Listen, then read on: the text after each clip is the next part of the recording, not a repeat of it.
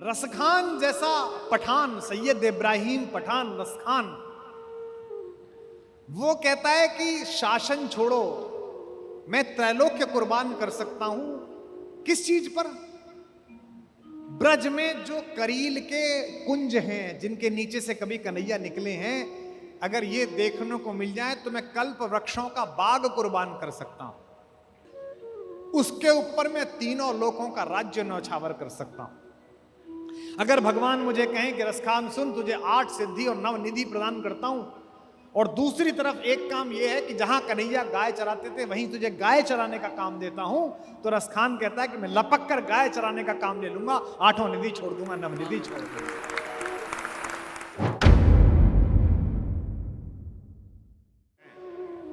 आपत्ति के आते ही सजग हो जाने का कार्य अर्थ कराता है, और आपत्ति संपत्ति अनापत्ति के बीच सजग रहकर बांसुरी बजाने का काम करने वाला कन्हैया कहलाता है, सिद्ध कहलाता है। अब आप कहेंगे कि इतना ही सिद्ध है आपका कृष्ण, तो रोता क्यों है, मां से पिटता क्यों है, गालियां क्यों खाता है, कुटिलता से, मनहर कुटिलता से मुस्कुराता कैसे है? जब दुर्योधन से कहता है कि हाँ हाँ माद, ये जगत के रस में स्वयं को निष्णात रखने के लिए, लगाए रखने के लिए एक रज्जू है, एक रस्सी है। आत्महत्या की कगार पर गए हुए हर व्यक्ति के मन में जो एक बात कॉमन आई है, जिसकी मनोवैज्ञानिकों ने अध्ययन किया है, वो ये कि पृथ्वी पर जुड़े रहने का उसके कारण समाप्त हो गए हैं। कि अपने बच्चों में, अपने बुजुर्गों में जीवन का एक रस जरूर छोड़ें। कलयुग में जिनमें संतत्व उतरा है, जिनके माध्यम से विश्व ने शांति पाई है, जिनको देखने मात्र से मोक्ष का अनुभव हुआ है, जिनके माथे पर हाथ रखने से नरेंद्र विवेकानंद बन जाता था, वे रामकृष्ण परमहंस भोजन के बहुत शौकीन थे। उन्हें भोजन का बड़ा रस था। ये चटनी में नमक कम है, इसमें थोड़ा जीरा और डालती। मां उनकी पत्नी जो थी वे भी बड़ी विदुषी थी। कलकत्ते के काली मंदिर के मुख्य पुजारी थे रामकृष्ण परमहंस, आप जानते हैं, और काली से बात करते थे, संवाद करते थे, सब जानते हैं। लेकिन खाना खाते समय बहुत टीका टिप्पणी करते थे। इसमें तुमने घी कम डाला, अगली बार से बनाओ तो इसे पहले थोड़ी देर सेकना।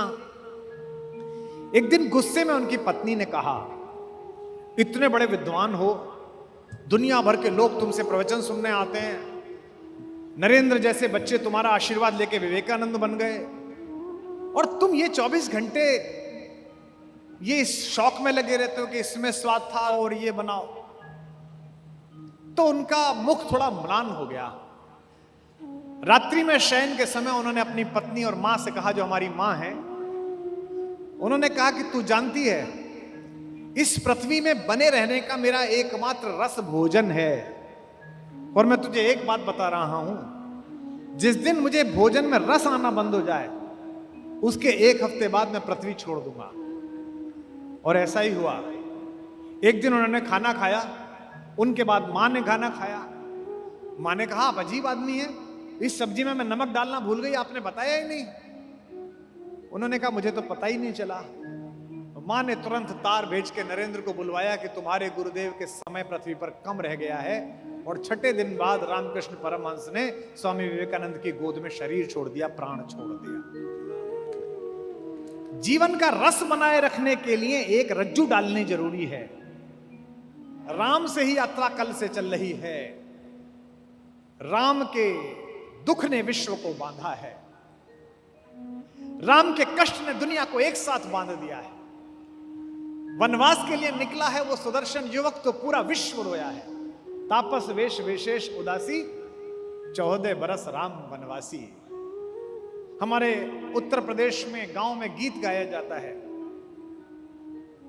कौन नरेशवा के देशवा उजरी गए ले।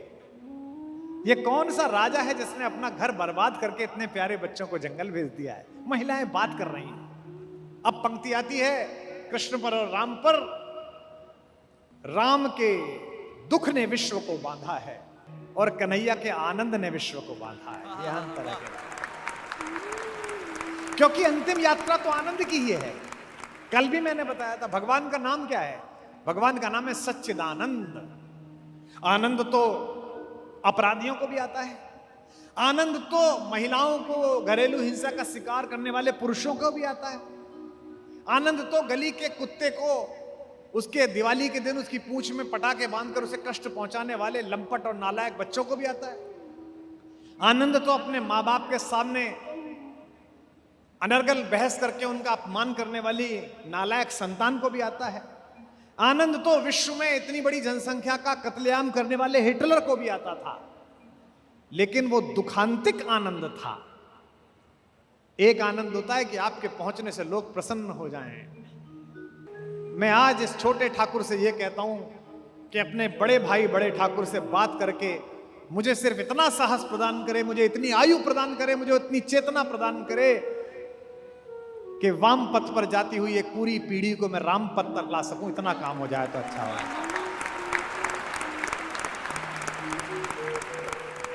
यह जो सच्चिदानंद है, ये जो सत्य के कारण आनंद है, इस हॉल में बैठे हुए लोगों आज रात को जाकर सोचना, तुम अच्छा जी रहे हो या बुरा जी रहे हो, इसकी एक पहचान है। क्या तुम्हारे होने से आसपास सुंदरता पैदा होती है या भय पैदा होता है? अगर तुम्हारे होने से तुम्हारे घर में, तुम्हारे परिवार में, तुम्हारे व्यापार में, तुम्हारे शहर में भय पैदा होता है, दुख पैदा होता है, तो तुम निरर्थक जी रहे हो। और अगर तुम्हारे पहुंचने मात्र से गली के लोग, मोहल्ले के लोग, श्याम समिति के लोग प्रसन्न हो जाते हैं, तो सोचो कि तुम आनंद के साथ जी रहे हो, सच्चिदानंद के साथ जी रहे हो। और कोई ईश्वर की संभावना नहीं है, संकल्पना नहीं है, केवल यही संकल्पना है। आपके होने मात्र से जगती में प्रसन्नता का व्यवहार होना चाहिए। आप कुछ लोगों को देखिए, उनका चेहरा कितना प्रसन्नता से भरा हुआ होता है। आपको वो एयरपोर्ट पे मिलते हैं, आपको वो ट्रेन में मिलते हैं, आपको गली में मिलते हैं, वो कितने प्रसन्न मिलते हैं। ऐसा लगता है कि परमात्मा ने आज इनको कोई बड़ी उपलब्धि दिला दी है, जबकि ऐसा कुछ हुआ नहीं है। और कुछ लोगों को देखिए, उनका चेहरा ही ऐसा है कि वो पुण्यतिथि के दिन पैदा हुए हैं, वो कष्ट में ही रहते हैं। तो यह जो आनंद में रहने की सतत प्रक्रिया है, यह आपके अंदर का कृष्ण तत्व है।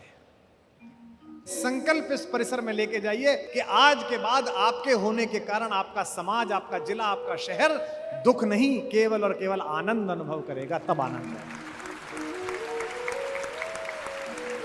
क्योंकि आपका जो दुख है, आप मुझसे कहेंगे जी मुझे तो खुद ही बहुत दुख है, मेरे तो व्यापार में घाटा हो गया, मेरा तो प्रमोशन नहीं हुआ, मेरे तो पैर में चोट लग गई। आप बहुत सारी बातें करेंगे, लेकिन नहीं, जितना दुख तुम्हें है, सामने वाले का उसका 1/10 दुख कम करके देखो, तुम्हारा 2 गुना सुख उत्पन्न होगा। बहुत सारे लोग केवल कांटे बिछाने के काम में लगे रहते हैं, उन्हें सुख का पता ही नहीं है कि कांटा निकालने का क्या सुख है। जो लोग समाज में काम करते हैं, जिस समिति ने एक कार्यक्रम कराया है, इस समिति ने कांटा निकालने का काम किया है। रसखान जैसा पठान, सैयद इब्राहिम पठान रसखान, वो कहता है कि शासन छोड़ो, मैं त्रैलोक्य कुर्बान कर सकता हूं। किस चीज पर? ब्रज में जो करील के कुंज हैं, जिनके नीचे से कभी कन्हैया निकले हैं, अगर ये देखने को मिल जाए तो मैं कल्प वृक्षों का बाग कुर्बान कर सकता हूं। और वो जो लकड़ी है जिसको लेकर वो अपनी गाय चराने निकले हैं, वो जो उन्होंने अपने कमर में कमरिया बांध रखी है, उसके ऊपर मैं तीनों लोकों का राज्य न्यौछावर कर सकता हूं। अगर भगवान मुझे कहें कि रसखान सुन, तुझे 8 सिद्धि और 9 निधि प्रदान करता हूं, और दूसरी तरफ एक काम यह है कि जहां कन्हैया गाय चराते थे वहीं तुझे गाय चराने का काम देता हूं, तो रसखान कहता है कि मैं लपक कर गाय चराने का काम ले लूंगा, 8 निधि छोड़ दूंगा, 9 निधि छोड़ दूंगा।